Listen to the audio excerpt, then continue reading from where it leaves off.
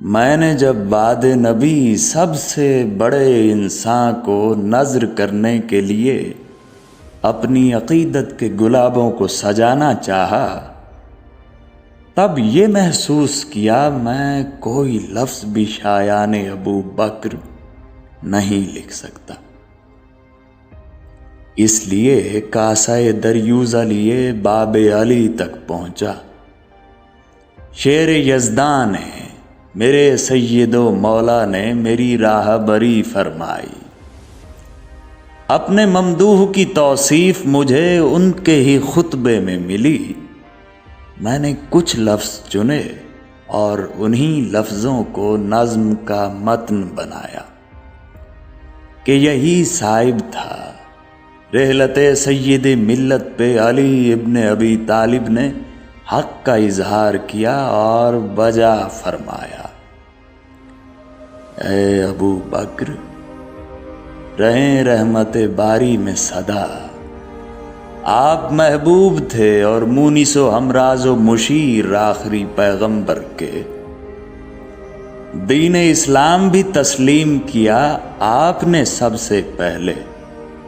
آپ ایمان کے خالص بھی تھے، اللہ سے ڈرتے بھی تھے، اور دین کے لیے نفع رساں سب سے سوا تھے بے شک۔ آپ اصحاب رسول عربی میں تھے، مناقب میں ہر ایک سے بڑھ کر۔ صورت و سیرت سرکار دو عالم کے قرین آپ کی ذات ہی تھی۔ واقعہ یہ ہے کہ جب اوروں نے جھٹلایا نبی کو تو ابو بکر، انہیں تم نے ہی سچا جانا، پھر تم ان جانب اللہ پکارے گئے تم ہی صدیق۔ تم شہ دین کے لیے سمع و بصر تھے گویا، معتمد سب سے زیادہ تھے تم ہی سرور دین کے نزدیک۔ جا اب صدقے کی تنزیل سے روشن ہے کہ جب سچ لائے محمد تو مصدق ہوئے ان کے صدیق۔ مکہ والوں کے تو دل تنگ تھے آقا کے لیے۔ ایسی ساتھ میں ابو بکر بڑھے سید سادات کی غم خاری کو، ہر کٹھن وقت میں سرکار دو عالم کی رفاقت کو بڑھے ثانی اثنین ہوئے غار کی آغوش میں بھی۔ اس گھڑی آپ پہ اللہ کی جانب سے سکینت اتری۔ آپ ہی سید عالم کی رفاقت میں ہوئے راہی طیبہ بے شک۔ آپ ہی دین الہی میں خلیفہ ہوئے امت کے لیے بعد وصال شہ دین۔ لوگ جب دین سے پھرے، آپ نے اس ساتھ میں بہترین طرز خلافت کے دکھائے جوہر۔ آپ نے امر الہی کی حفاظت میں جو اقدام کیے، ان کی نظیر کسی پیغامبر دین کے کسی ساتھی میں پائی نہ گئی۔ مضطرب لوگ ہوئے آپ مگر عزم کے ساتھ، عین منہاج نبوت سے رہے وابستہ۔ تھے منافق بھی وہاں اور بڑے حاسد بھی، دین کے باغی بھی غضبناک تھے سارے، پھر بھی تفرقہ تھا نہ تنازع کہ ہوئے آپ خلیفہ برحق۔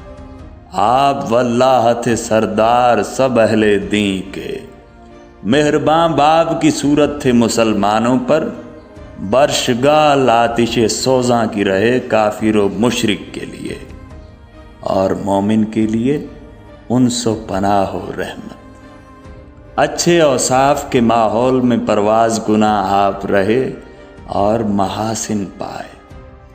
آپ کا قلب کبھی حق کی طرف سے نہ پھرا، ضعف کی زد میں بصیرت بھی کبھی آ نہ سکی، اور پسپا نہ ہوئی کوئی دلیل۔